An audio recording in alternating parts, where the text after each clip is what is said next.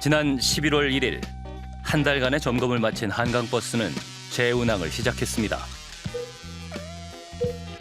한강버스는 마곡부터 잠실까지 약 29km의 한강을 따라 하루 8번 왕복 운항합니다. 이른 아침부터 선착장은 한강버스를 타려는 사람들로 다시 한번 북적였습니다. 한강버스는 교통카드로 탑승이 가능해 대중교통의 외형을 갖췄습니다.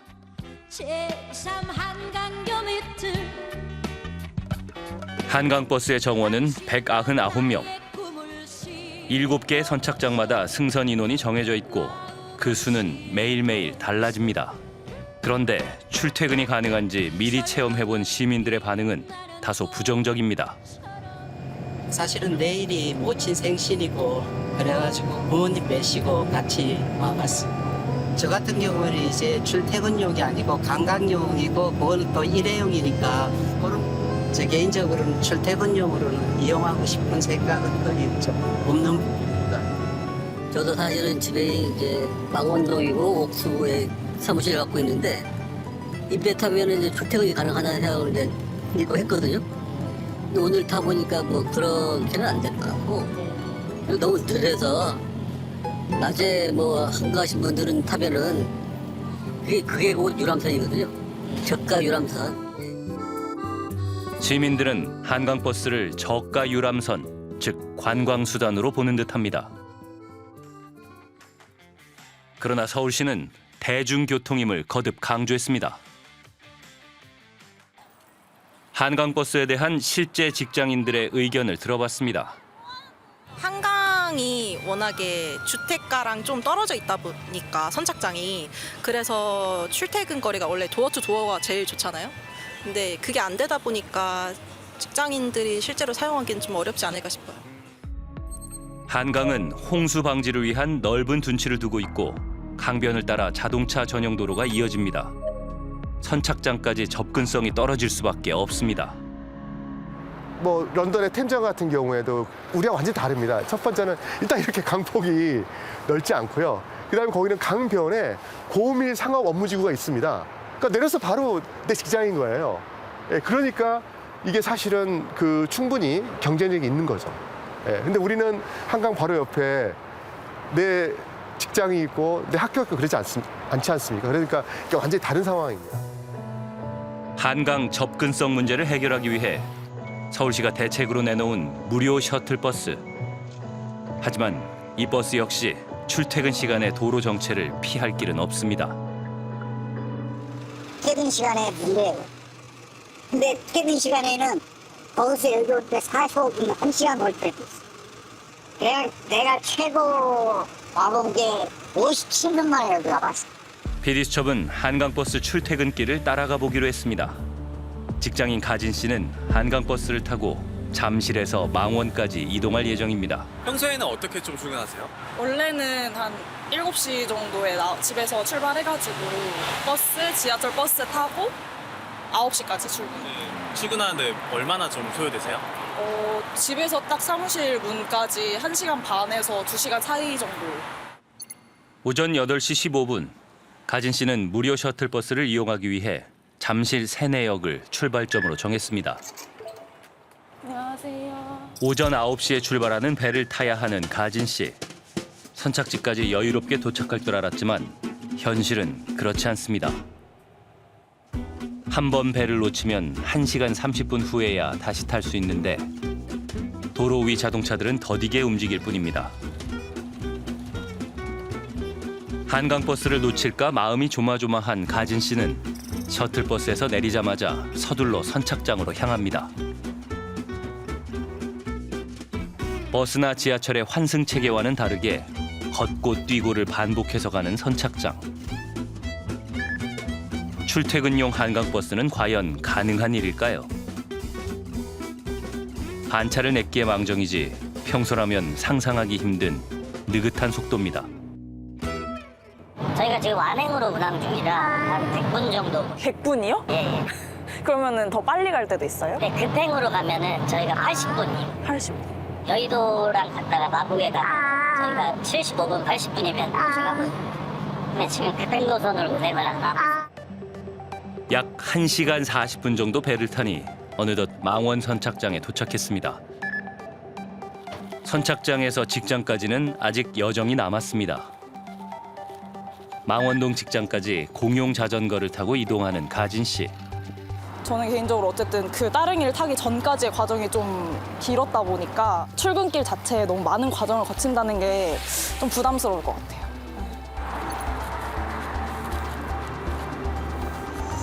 한강 버스 탄 거 자체는 이제 뭐 여유롭게 이제 한강 위에 떠다니면서 이제 구경하면서 갈 수 있어서 좋았는데, 하지만 오전 반찬 쓰셔야 돼요.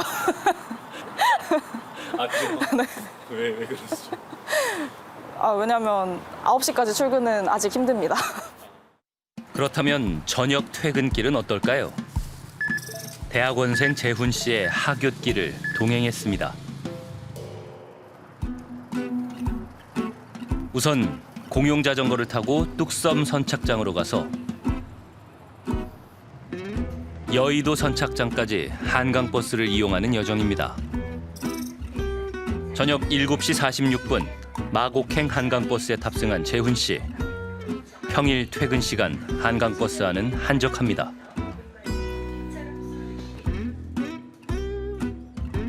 평소에 한 1시간 정도 걸리는데 오늘 2시간 반 정도 걸렸으니까 1시간 반 정도 걸렸네요, 더. 이번 이제 집에 가시면 또 얼마나 더 걸리세요? 집에 가려면은 따릉이 타면 한 30분 정도 더 걸릴 것 같습니다. 100점 만점에. 출퇴근을 위한 수단으로 봤을 때는 35. 만약에 데이트나 기타 목적이면 되게 좋은. 내일도 한강버스 타고 출근하라고 하시면 어떠실 것 같아요? 힘들 것 같습니다. 대한민국 직장인이 퇴근길에 소요하는 시간은 하루 평균 약 37분. 재훈 씨는 한강버스 이용 시간만 1시간이 넘게 걸렸습니다. 이 역시 작년 2월 서울시가 공언했던 것과는 크게 다릅니다. 그리고 최대 속도는 시속 37km 정도 됩니다. 여기 써 있는 것처럼 여의도 잠실 구간은 한 30분 정도 만에 주파할 수 있도록 설계가 되어 있습니다. 국정감사에서도 오세훈 시장은 경쟁력 있는 속도를 자신했습니다. 최대 속도가 37km, 20노트입니다. 이 속도 나옵니까? 네. 저희가 최대 출력은 최대로 빠른 속도를 20노트로는 맞춰놨습니다. 예, 제 생각으로는 잠실에서 여의도 정도까지 30분 정도의 주파를 할 수 있다면 경쟁력이 있다고 생각합니다. 하지만 한강버스를 직접 제작한 조선소의 말은 달랐습니다. 그리고 선주가 그 배럴티에 대한 속도도 저희의 20노트를 요구한 적이 없기 때문에 설계상으로 20노트에 설계를 한 적도 없는데 20노트를 넣는 게 어디서 나왔는지 잘 모르겠어요. 실제 건조 사양서에 명시된 속력은 15.6노트.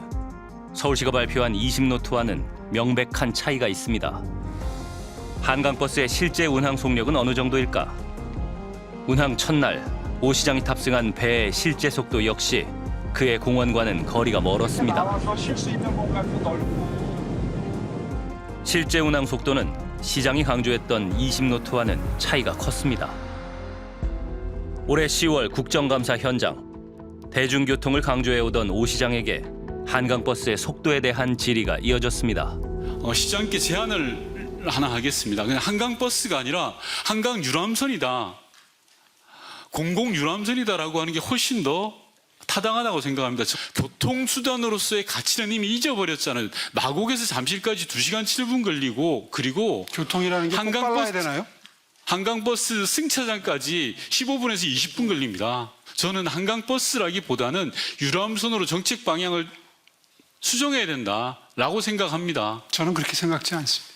우리 서울 같은 경우는 너무 전 세계 사람들이 다 부러워하는 지하철 대중교통 시스템을 가지고 있고, 그렇다고 한강이 그렇게 접근성이 좋고 배를 운영하기에 유리한 조건도 아니고, 무엇 하나 한강버스가 왜 필요하지라는 생각만 들게 하는, 좀 출퇴근을 안 해보신 분들이 만든 정책인가? 그런데 이 속도마저도 누군가에겐 피해를 주고 있습니다. 한강에서 48년 동안 같은 자리를 지켜온 수상 종교시설에서는 한강버스 운항 이후 일상이 달라졌다고 합니다. 제 직업이 바뀌었어요. 배가 지나갈 때마다 호루라기를 불며 신호를 보냅니다.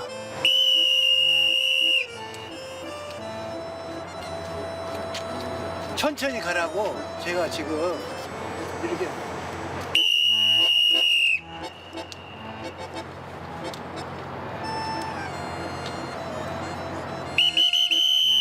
천천히 가! 배가 지나가면 수면에 너울이 생기고 시설은 그 영향을 받습니다. 지금 벌써 파도 왔잖아요. 좀 흔들리잖아요. 보세요. 이제 예. 저렇게 서행이 했는데도 지금 법당이 흔들리고 있지 않습니까? 예.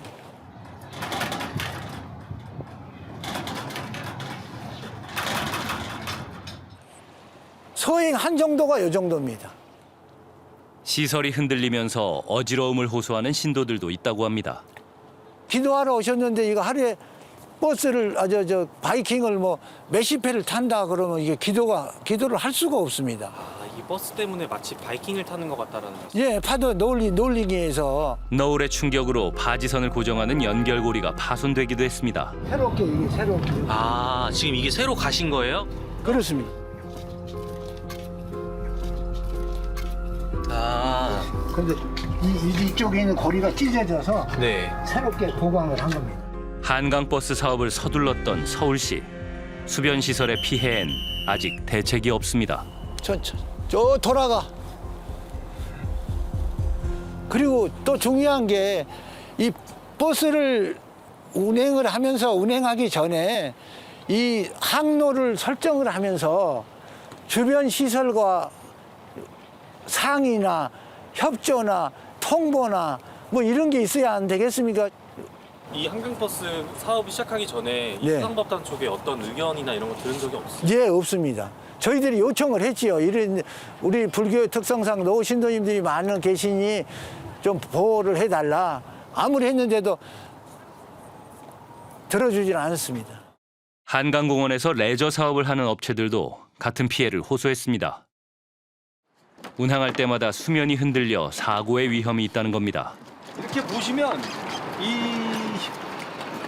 이렇게 사람이 올라타도 이게 뒤집어지기가 쉽지가 않아요.